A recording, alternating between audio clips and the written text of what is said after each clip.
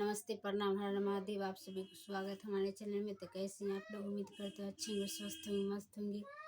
आज आप लोग के बीच में एक प्यारा सा झूमर गीत लेके आई हूँ। आप हमारे चैनल पर जाइए, सुनिए। अच्छा लगे तो लाइक कमेंट शेयर जरूर कीजिएगा। नए हैं तो चैनल को सब्सक्राइब कर दीजिएगा। धन्यवाद। कह के गैले पियवा 4 बजे आईब।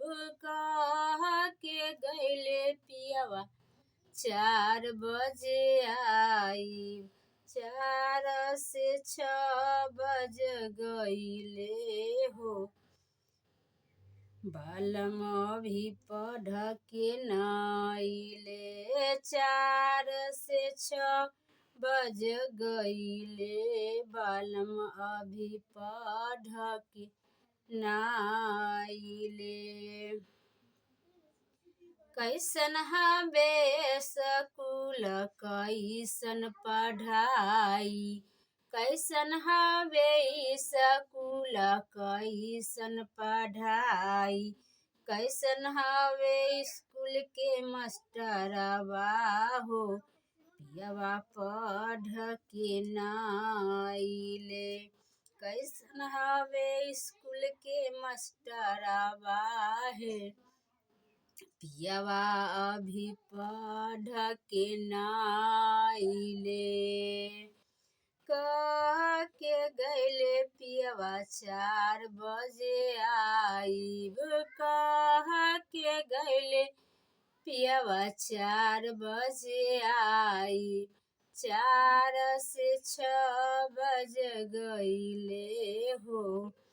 पियवा पढ़ के नाइले। 4 से 6 बज गईले हो। बालम भी पढ़ के नाइले। टाउन हवे स्कूल साइंस के पढ़ाई। टाउन हवे स्कूल साइंस के पढ़ाई। बिगड़ल हवे हेड मास्टरवा। त पियवा अभी पढ़ के नाइले। बिगड़ल हवे हेड मास्टरवा।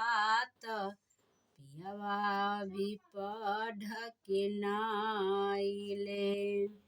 कह के गैले पियवा 4 बजे आईब। कह के गैले पियवा 4 बजे आईब। 4 से 6 बज गईले। बालम भी पढ़ के नाइले।